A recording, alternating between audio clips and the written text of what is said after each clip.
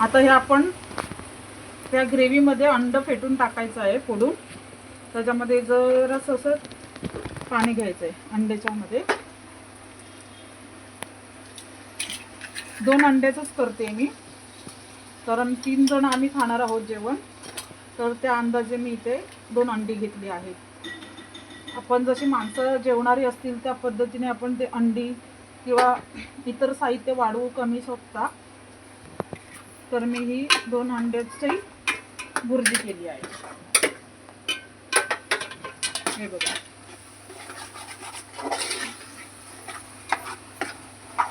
याची आपण भुर्जी राईस छान परतवून घ्यायची. भुर्जी सगळी मिक्स झाली पाहिजे, कच्ची राहिली नाही पाहिजे. आता आपलं ते भुर्जी झालेली आहे. आता मी याच्यामध्ये राईस टाकते. हा राईस असा टाकायचा आहे आणि मग तो फ्राय करून घ्यायचा आहे आपल्याला.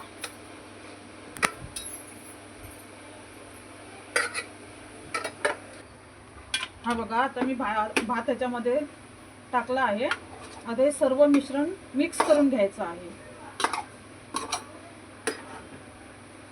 मिक्स करून झालं ना की खरंच एकदा करून पहा तुम्ही सर्वांनी.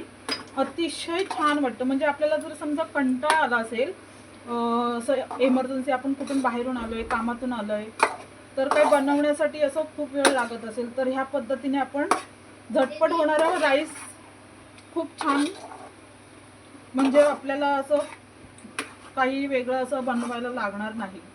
तर मग एकच काही बनवायचं असेल ना तर ह्या पद्धतीने बनवायचं. म्हणजे भुर्जी वेगळी किंवा राईस वेगळा करण्यापेक्षा हे छान वाटतं एकत्र भुर्जी राईस केलेलं, अतिशय. आणि ह्याच्याबरोबर आपण पापड जरी खाल्ला ना किंवा लोणचं तरी छान लागतं त्याच्याबरोबर.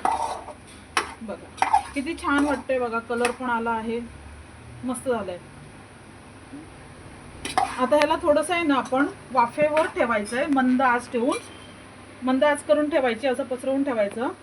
आणि भात पण ताजाच आहे तरी सुद्धा आपण ते जरा झाकण मारून ठेवायचं आहे.